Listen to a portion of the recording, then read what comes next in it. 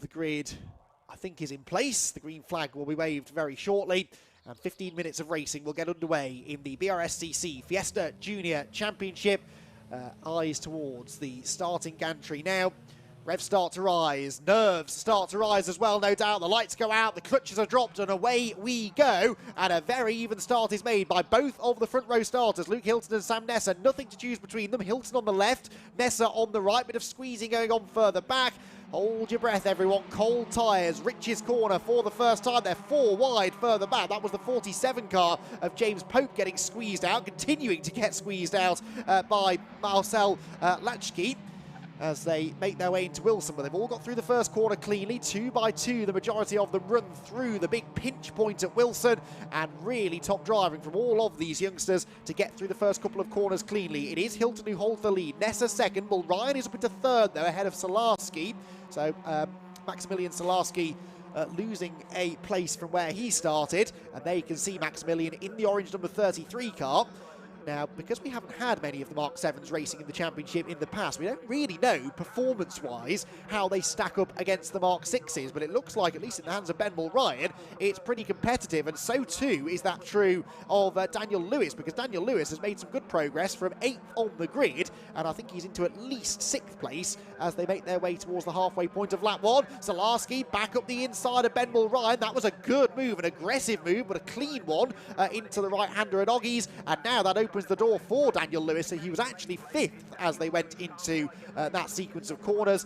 Remains in 5th, unable for now to prise the door open and get ahead of Ben Mulryan.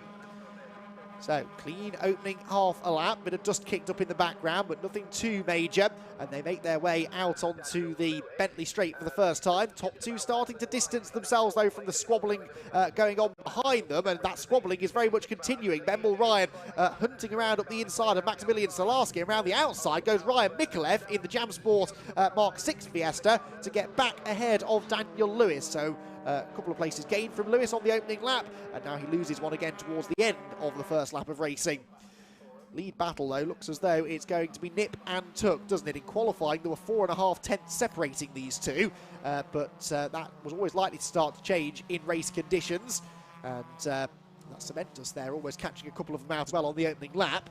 But it's always fascinating with junior racing over the course of a season, but even over the course of an individual race weekend, to see which drivers hit the ground running and which drivers get quicker and quicker with every lap that they turn. There are always drivers who at the start of a weekend don't look like they've got podium potential, but when they get into a race and they're actually out there on track properly with everyone else, it suddenly seems to all work out for them. They figure out how to race the cars, and they start going quicker and quicker and quicker. Bang! Straight through one of the polystyrene marker boards. There goes Ryan Mikolev as he runs wide at Rich's corner. And that's actually done a bit of damage, I think, hasn't it? Bouncing over the grass has damaged the front splitter of the Jam Sport car. He falls back behind Daniel Lewis again. Those two have traded places a few times already in this race, but hopefully that damage is not enough to bring him into the pit lane. I can't tell if it's damage to the splitter or if it's just a bit of the polystyrene that was still stuck to the car. You can see he's left it littering the road going down into Palmer's. And someone else off now. Who is that bouncing down the grass coming out of Palmer's towards Agostini, just behind the number 55 car of Marcel Lachki, who goes through on the inside of the number 94 machine there of Jacob Hodgkins. Back to the front of the field, and well, despite that moment of riches, Ryan Mikolev is not being put off, is he? He's looking back up the inside of Daniel Lewis now towards Oggies. And Ben Mulryan really struggling a bit for pace, isn't he, in the early stages? He's flicked the indicator on as well in his excitement at some point. Oh, Mikolev sideways just slides across the nose of Daniel Lewis. And that was Jensen Bell, was it, that was coming up the inside as well. So, down the back straight they go. No, sorry, I think it was the 96 of Ronnie Smith, actually, wasn't it? That was in that group. Lucas Hayden also joining in the battle. Side by side they go, and Ben Mulryan is overtaken beautifully by Ryan Mikolev, who I actually don't think that is damage. I think it is just a bollard or a bit of the marker board that he's got stuck under the car. So hopefully that won't be slowing him down. And I also hope it won't attract the attention of the clerk of the course, because black and orange meatball flag would destroy his race if he had to come in and get that removed. But I don't actually think it is a bit of bodywork that's dragging. whatever it is, it's, as I said, not slowing him down in the slightest. Oh, he runs very wide out of the final turn. Bounces all over the grass. Makes his way towards the timing line, where for the second time, Luke Hilton leads the field. Sam Nesser second, but the driver on the move here is Maximilian Salarski in third position. Fastest lap goes to the leader, but Salarski was only half a tenth slower than the race leader, and crucially was nearly a full second quicker than Nesser in second. So the battle for P2 about to burst into life, I think. There goes Mikulev ahead of Mulryan, ahead of the 92 it was actually. So Rashan Tyler Chigarimbo, who started 12th, and for whatever reason on our timing tower, he is showing in 6th place. It's an abbreviated name, which is what was confusing me. It doesn't take much. So 6th place for Chigarimbo at the moment. RC on the timing tower for reference. And he has come forward very nicely from 12th. Again, some drivers will race better than they will qualify. Just spurred on by the competition really out there. They suddenly find themselves driving better than they have done all weekend. Meanwhile, Maximilian Salarski all over Sam Nesser, who in the early stages looked like he was going to chase after and give Luke Hilton a run for his money. Now his attention focused much more on trying to defend second position. Out of Williams, down the Bentley straight. And is the move going to happen here into the braking zone at Brundle and Nelson? Well, Nesser is convinced that it might, tries to defend, then merges back over to the racing line and leaves the door wide open for Maximilian Salarski, who used the slipstream nicely. They almost banged wing mirrors. They almost certainly did there as they went through Brundle. Oh, Nesser can't get the car stopped though. Carried too much speed into the corner, bounces over the grass, keeps his foot planted, but still drops behind Salarski. So good racing that between the two of them. Spirited stuff, neither one wanting to give way. But in the end, Nesser was the one who just slightly outbraked himself. And Maximilian Salarski goes through, and now Nesser is very wide, going into Coram Corner, possibly on some of that cement dust that you can see. Now, I'm intrigued to see what Salarski can do about Hilton now, because in the first sector on this lap, Salarski went purple, which means faster than anybody else in Sector 1, a tenth and a bit quicker than the race leader. Sector 2, he was half a tenth quicker than the race leader, even with that little side-by-side exchange. And overall on that lap, Maximilian Salarski dropped half a second to Hilton, which was all in the final sector, because he was going side-by-side with Sam Nesser. But now he's in clean air.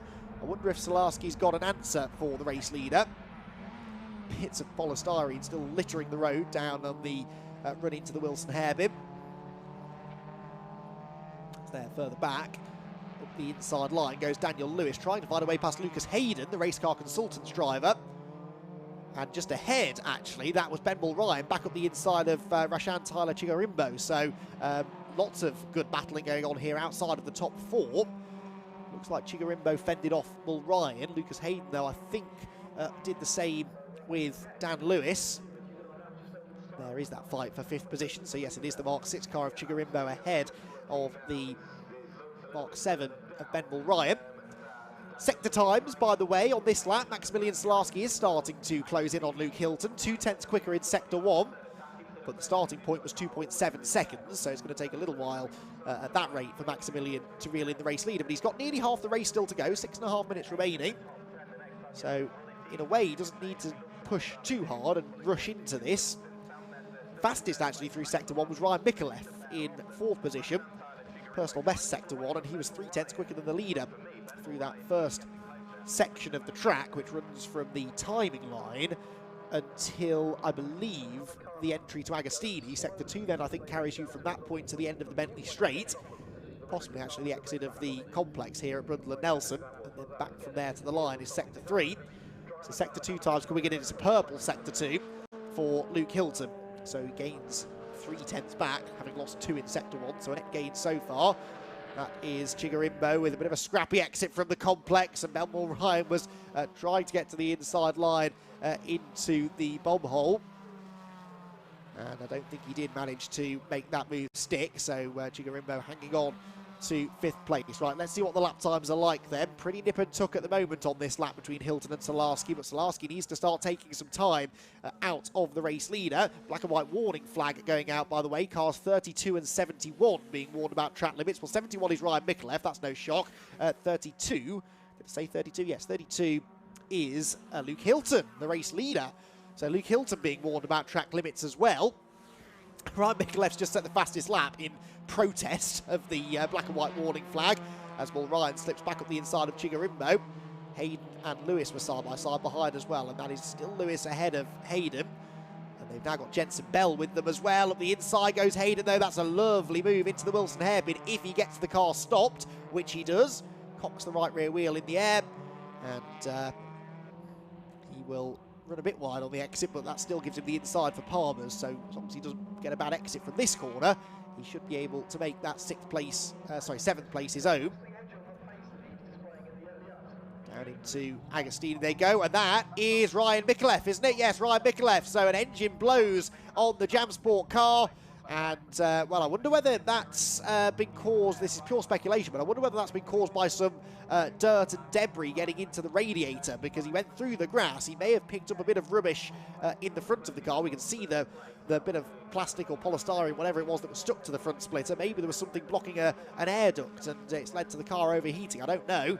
But whatever it is, Ryan Micallef, unfortunately, having just set the fastest lap, well, all of a sudden, that black and white warning flag, the least of his problems. That now promotes Rashan Tyler Chigarimbo into 4th position. Except it doesn't, because Ben Ryan is ahead of him now, isn't he? Yes, so Ben Ryan 4th, Chigarimbo 5th. Lucas Hayden has managed to keep Dan Lewis at bay for what is now 6th position. So down into the braking zone, that is Dan Lewis up the inside of Lucas Hayden again. These two have been latched together pretty much since the start of the race. Out wide goes the 19 car, but gets decent traction on the dirt, actually. Keeps an overlap into the bomb hole, but it's the outside line, and Hayden positions the car really cleverly there to prevent the switchback. And actually, oh, is there a gap though? There is a small gap on the inside into Coram. And so now Dan Lewis, I think, is going to make this move stick. He's got the inside through Coram, but that's the outside for Murray's, and it doesn't look like Lucas Hayden wants to give in. Slides back through on the inside line. Behind, there's a bit of dicing as well. That was George Foxlow getting briefly ahead of Jensen Bell, but running wide. Jensen gets the run on him and now gets a double slipstream from the 2 cars ahead. They could be 3 wide by the time they get down to Rich's corner. Well, no, because Dan Lewis manages to assert himself ahead of Lucas Hayden, who now does have to turn to defence from Jensen Bell. George Foxlow's now got the 37 of Hadley Simpson trying up the inside of him as well, as these 5 cars all continue to battle, and that is someone way, way wide. Is that Jensen Bell? It's Foxlow, George Foxlow, out onto the grass. There is Jensen Bell, very much still going in the very brightly liveried car. That's a proper short oval livery, isn't it? You can tell that he comes from a short oval racing family. Not just because of the livery, but also because he's running the triple-digit number, which is often a giveaway. 144 for George Foxlow. Sorry, Jensen Bell I'm talking about. 871. George Foxlow is another triple-figured number. Jensen Bell just getting properly engaged in this battle now with Hayden and Simpson. We've lost to the pit lane as well, I've just noticed. The 85 car of Jensen Mason, who started 10th on the grid. He's pulled into retire. We know Micallef is out of the race, but everybody else still going. And the battle's continuing to rage on. The lead gap, by the way, for Luke Hilton is up to 4 seconds now, and he's continuing to pump in personal best sectors and lap times. So in the end, Maximilian Solarski not able to chase him, but there is a 5-second penalty for, guess who? Luke Hilton, the race leader. Now he's 4 seconds clear of Solarski with 1 lap to go at the end of this one, so he might just be able to break out of that 5-second range, but right now, Solarski is the net race leader. So we mentioned that warning for track limits that went to Luke Hilton earlier on, and well, all of a sudden, this man is in the pound seat, perhaps, but now the pressure is on for Solarski, who won't know about this penalty for Luke Hilton, of course. They might be able to get a message out over the pit wall. Of course, the officials are there showing the 5-second penalty board, so Luke Hilton will now see the penalty. And will Maximilian Solarski see the penalty board as well? He will. He's 4.8, call that 4.9 seconds back. So they'll know that they'll both know the situation now. Hilton will know he's got a penalty. Solarski will know that Hilton's got a penalty. But what neither of them will know is what the gap is between the two of them. So Solarski's now got to try and stay within 5 seconds here on the final lap of the race. Now, at current pace, he won't be able to do it because he's not lapping as quickly as Luke Hilton, but he only needs to match Hilton on this lap and he will inherit the race victory. So all of a sudden, those sector times that I've been referring to become even more important to try and figure out who's going to come out with the race victory. Black and white warning flag also going out to car number 19, by the way. That's Daniel Lewis running in 6th place, but that is only a warning for now. Now, in Sector 1, Luke Hilton has gone 3/10 quicker than Solarski, so that now means that he is more than 5 seconds clear of the number 33 car. Can Solarski dig deep on this final lap to get back within range to steal the win?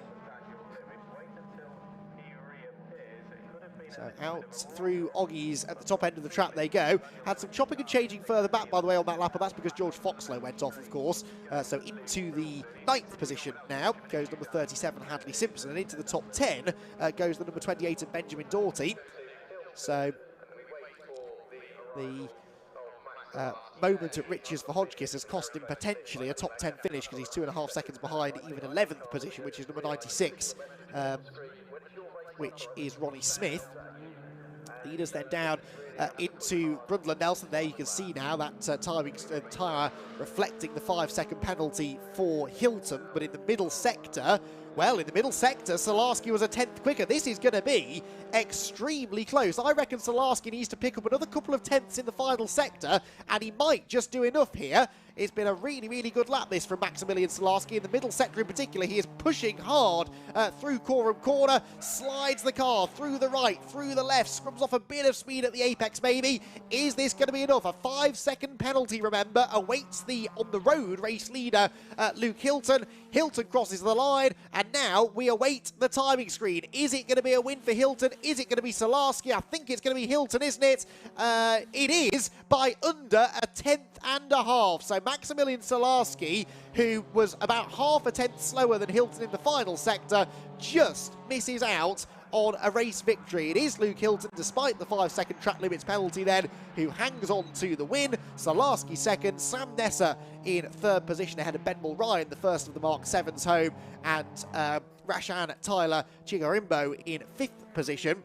Will be pretty happy with that, actually, having started down in 12th position, but a very, very nervy final lap or so there for Luke Hilton.